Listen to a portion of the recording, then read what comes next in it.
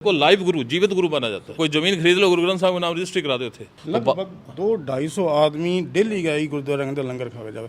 महिलावां का जो रोग है नहीं बा खातर डॉक्टर साहब और डॉक्टर साहब की बेटी 25-26 सालों सेवा दे रहे हैं, पर बहुत लाभ मिल रहा है। तो ये निशान साहब है, ये 2 निशान साहब यहाँ लगे हुए हैं। ये हाइड्रोलिक सिस्टम से चल रहा है, वो देखो हाइड्रोलिक सिस्टम लगा है। राम राम जी, मोक्ष भूजल को राजस्थान पर थारो बहुत बहुत स्वागत है। आज मैं पहुंच गई हूँ सूरतगढ़, और सूरतगढ़ के अंदर ही ये गुरुद्वारा के अंदर में आई हूँ। और हर एक कोई वो मंदिर हो, मस्जिद हो, गुरुद्वारा हो या कोई धर्म स्थली हो, बड़ा का प्रोटोकॉल्स हुई, कुछ गाइडलाइन हुई है गुरुद्वारा। आप कठे भी जाओ, चाहे बड़ो गुरुद्वारा हो चाहे छोटो गुरुद्वारा हो, अपना आंसर है वो अपना ढकना पड़ा है। तो अपने साथ में डॉक्टर साहब आप बातचीत कर सकते हैं। हाँ जी, नमस्कार। नमस्कार। थारा अठे मोकली थाने रामाश्यामा ते अठे पुग्या हो। ए सूरतगढ़ शहर है मारो, हालांकि कस्बो है, एक बड़ो कस्बो, और दिन प्रतिदिन इनकी प्रोग्रेस चलन लग रही है। थे ही टाइम खड़े हो गुरुद्वारा गुरु सिंह सभा सूरतगढ़, जो कि जिला श्री गंगानगर में है। और हम आपको बताएंगे कि गुरुद्वारे में हमारी क्या सुविधाएं हैं, गुरुद्वारा किस पर्पज के लिए, साध संगत के लिए किस काम आता है। आइए चलते हैं खुशबू जी थोड़ा आगे। जैसे ही मैं थोड़ा आगे आया तो इनले पास अपने दफ्तर है, कार्यालय, जो कि गुरुद्वारे में जठे सारो काम काज हुआ है। इनले पास हमारा डिस्पेंसरी है, होम्योपैथिक डिस्पेंसरी, जो कि पिछले 26 सालों में अठे चलन लग रही है। हर 15 दिन बाद लोग अठे आवे, दवाई लेके जावे और बस सेवा थे दो। हाँ, मैं बैठूं, मेरे साथ और भी है। महिलावां का जो रोग है नहीं बा खातर डॉक्टर साहब और डॉक्टर साहब की बेटी 25-26 सालों सेवा दे रहे हैं, पर बहुत लाभ मिल रहा है। गुरु की कृपा। हाँ, समिति निःशुल्क दवाई दे रही है, डॉक्टर साहब आपकी सेवा दे रहे हैं। जो निशान हुआ है, इन निशान के बारे में थोड़ा सो बताओ थी। निशान साहब ये गुरुद्वारे का एक चिन्ह है।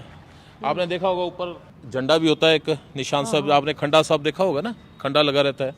तो ये निशान साहब है, ये 2 निशान साहब यहाँ लगे हुए हैं। ये हाइड्रोलिक सिस्टम से चल रहा है, वो देखो हाइड्रोलिक सिस्टम लगा है। और ये लेटेस्ट टेक्नोलॉजी है, ये पहले का लगा हुआ है। तो निशान साहब इस बात का परिचय है, दूर से आप देख के कोई बंदा अंदाजा लाज गए वहाँ गुरुद्वारे बैठे है। अंकल जी, जब भी आप गुरुद्वारा में आवा तो सो पहली जब पानी भरो रहे, पानी जो की पैर आपा धोवा, तो इनके पीछे की विशेष बात इनके पीछे मतलब? विशेष बात है कि एक तो थारे पैर में कोई मान लो मिट्टी वगैरह लगड़ी है, बैठे धुल जावे। दूसरी जगह ये माना है कि जगह थे पाप ऊप करेड़ा जगह थोड़ा बहुत थारा बा भी अठे की सफाई होवे। ऊपर बनेड़ो है आपनो जैसे गुरु ग्रंथ साहब जी से शोभित है। सिख धर्म में गुरु ग्रंथ साहब जी ने ही माने जावे, मूर्ति पूजा नहीं होती। सिख धर्म में गुरु ग्रंथ साहब ही को गुरु माना जाता है।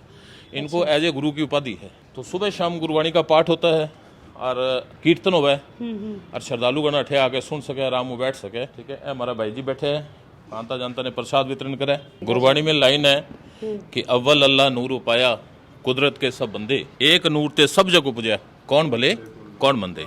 एंट्री के वक्त अपने को थोड़ा झुकना है, क्योंकि वो सुपर पावर है, सुप्रीम पावर है। इनके सामने आप अब आ गया, क्यों जैसे आप झुकोगे तो आपका अहंकार जो है वह नीचे गिर जाए। तो आदमी में मेन तो अहंकार ही हो है। जब तक आदमी में अहंकार है, जब तक आदमी में हो मैं, जब तक वाह को नहीं गिरे, हाँ जब तक मैं को नहीं गिरे, तब तक वो कठे भी को नहीं बिंगे दरबार में बिंगी हाजरी कौन लगे। हाजरी लगाने खातर थाने पहले अहम काटना पड़ेगा। जब तक थे अहम में हो तो फिर ना तो साड़ी सेवा प्रवान है, ना थारो अठे दोख मारनो। गुरु ग्रंथ साहब है, 1430 अंक होते हैं गुरु ग्रंथ साहब में। यानी अंक का मतलब है अपने प्रश्न जो है, गुरु ग्रंथ साहब को जीवित गुरु माना जाता है जी। गुरु ग्रंथ साहब जीवित गुरु हैं। थे गुरु ग्रंथ साहब में सीधी डायरेक्ट आंगे नाम में रजिस्ट्री करा सको। कोई जमीन खरीद लो, गुरु ग्रंथ साहब का नाम रजिस्ट्री करा देते। हाँ, सीधी डायरेक्ट रजिस्ट्री हो, सीधी नाम से क्यों। इनको लाइव गुरु, जीवित गुरु माना जाता है। सुप्रीम कोर्ट का आदेश है। 10 गुरु पैदा हुए, पहले गुरु नानक देव थे और अंतिम गुरु थे गुरु गोविंद सिंह जी, जिन्होंने सिख पंथ की स्थापना की। गुरु गोविंद सिंह ने जब जाते समय आ बात कही कि आज के बाद गुरु परंपरा खत्म हो गई है, अब गुरु ग्रंथ साहब भी हमारा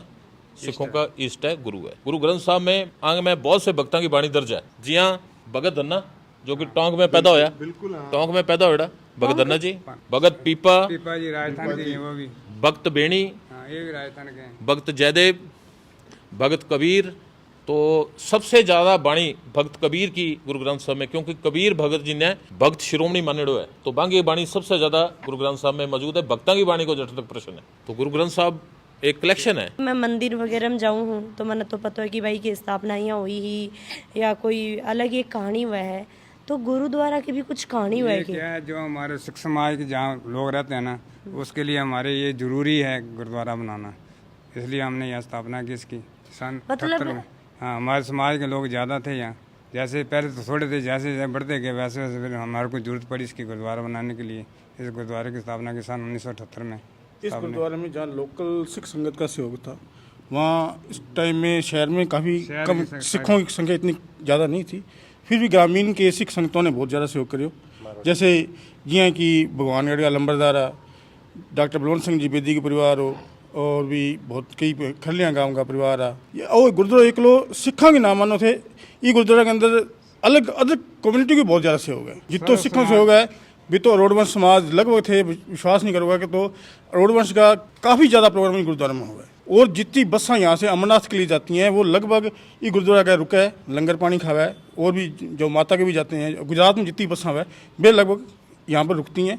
उनकी सेवा सभी धर्म को, सभी लोगों को इन सब संभाव से। और गुरुद्वारा में शादी भी तो हुआ है ना? हाँ जी, वो तो वैलिड है। छोटे फंक्शन जैसे किसी की एंगेजमेंट वगैरह ये सब प्रोग्राम उठे हुए हैं।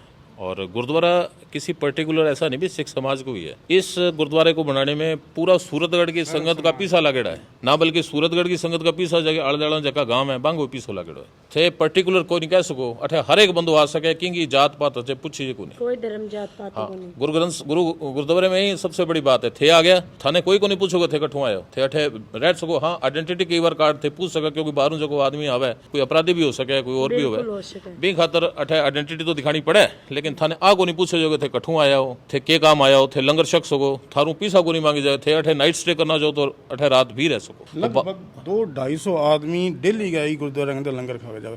और थे विश्वास करूँगा कोरोना टाइम में इस गुरुद्वारे में लगभग 2,500-3,000 बंदा तक का डेली लंगर जाम तो रहे गुरुद्वारे में। लाइन पार जितना भी गरीब बस्ती थी वही गुरुद्वारा में डेली का लंगर यहाँ से बन के जाना सुबह और शाम का 2,500-3,000। देखो कोई भी अपनी सेवा दे इसका, चाहे मैं आज आई हूँ तो मेरा मन है तो मैं 5 मिनट या 10 मिनट या जितनी देर भी सेवा दे रही है कि भाई खानों बनाने में, चाहे रोटी बनाने में सेवा दे दो, चाहे डालन में दे दो। आपकी मन मर्जी है, जिन्हें देनी है वो दो, वरना नहीं देनी है तो भाई दर्शन करके माथो टेक की वापस चल जाओ। खुशबू जी, ये जो पगड़ी बांधी है इको भी मन थोड़ा सा बताओ, क्योंकि काफी दिनों में इच्छुक हो इस चीज के बारे में जानने। थे देखो कि भगवान कृष्ण का समूह पुराना दोस्त कौन हो? सुदामा। सुदामा भगवान कृष्ण ही जानी जाना। कृष्ण ने ठाओ कि सुदामा में पीसा लेने खातर है। कृष्ण जी के सुदामा गया, कृष्ण जी के करे बिंगा पग धोया, पीसा कौन रखा आओगी पग बिंगा पैरा में रखी। क्यों बे कोई पीसा मोटी चीज को नहीं, मोटी चीज क्या है पगड़ी। और मैं पगड़ी तेरा सुदामा तेरा पग पैरा में रखने लग रहा हूँ। नंबर 2, आपना कभी बुजुर्ग गुजरे आप पगड़ी शाल रस्म करा, शाल रस्म को नहीं करा, आप कह पगड़ी रस्म करा। वो क्या कि वो क्या कि मेरे पगड़ी को ताज खत्म हो जाए तो अपने बच्चा दे क्या मैं मेरे सिर की पगड़ी पे बेटी का सास लगा मिला भाई अब घर को ताज मैं तेना देन लाग रहे। और जी टाइम में गुरु गोविंद सिंह जी खालसा पंथ की स्थापना करी, बी टाइम के अंदर जिको दलित वर्गो बिना पगड़ी रखने की अधिकार कौन नहीं हो। तो गुरु गोविंद सिंह जी क्यों कि आज ना मैं सारा न सरदार बनाऊं, इन्हीं की कृपा के सजे हम हैं, नहीं तो 900 गरीब करोड़ पड़े हैं। बेटा अगर मेरे सिर पर मैं हर एक बंदे को सरदार बना दूंगा, हर एक आदमी जो मेरा सिख होगा उसके सिर पर ये ताज होगा। जी वक्त गुरु साहब अमृत बनायो, पहाड़ी राजा के मारा खातिर अलग अमृत बना दो बे ऊंची जाति का। तो गुरु गोविंद सिंह जी को नहीं, मैं इन्हीं के कारण सिख बनाऊं। और मेरे लिए दलित थे विश्वास नहीं, जिस वक्त दलित आदमी सड़क पर चाल तो और गल में झाड़ू लटकाऊं तो बिंगा हाथ में गुरु गोविंद सिंह तलवारा दिखा पहना दी।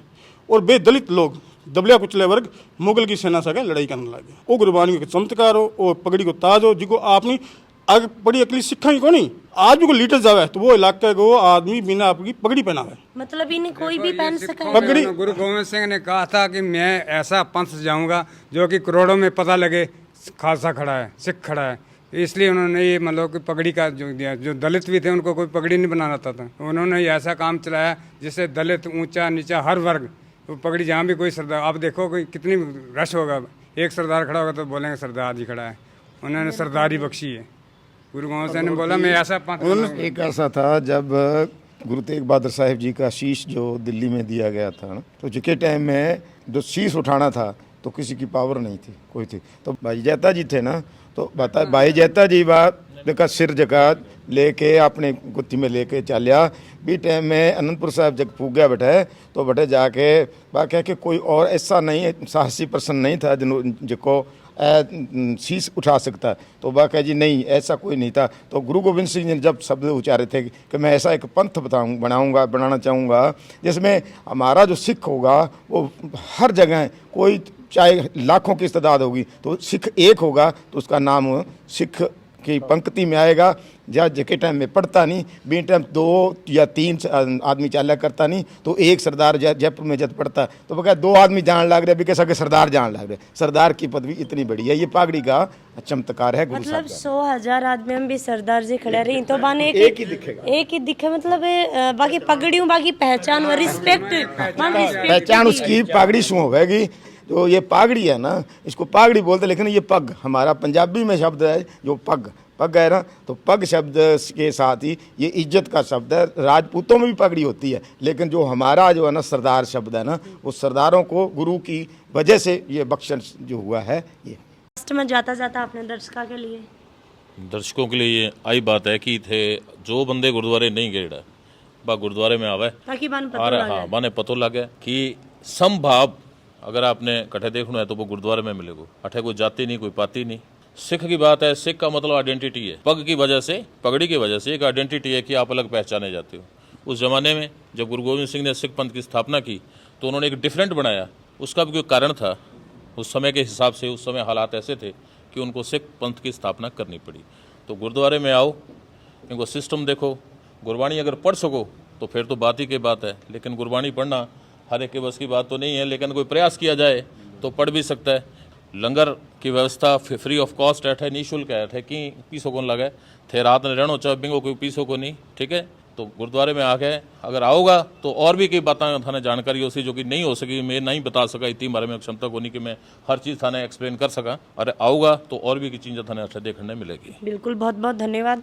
लगातार वीडियो के माध्यमों से देखो है कि भाई मैं सूरतगढ़ आई और सूरतगढ़ के अंदर आई तो मन पता लगे कि भाई जैसे गुरुद्वारा भी है।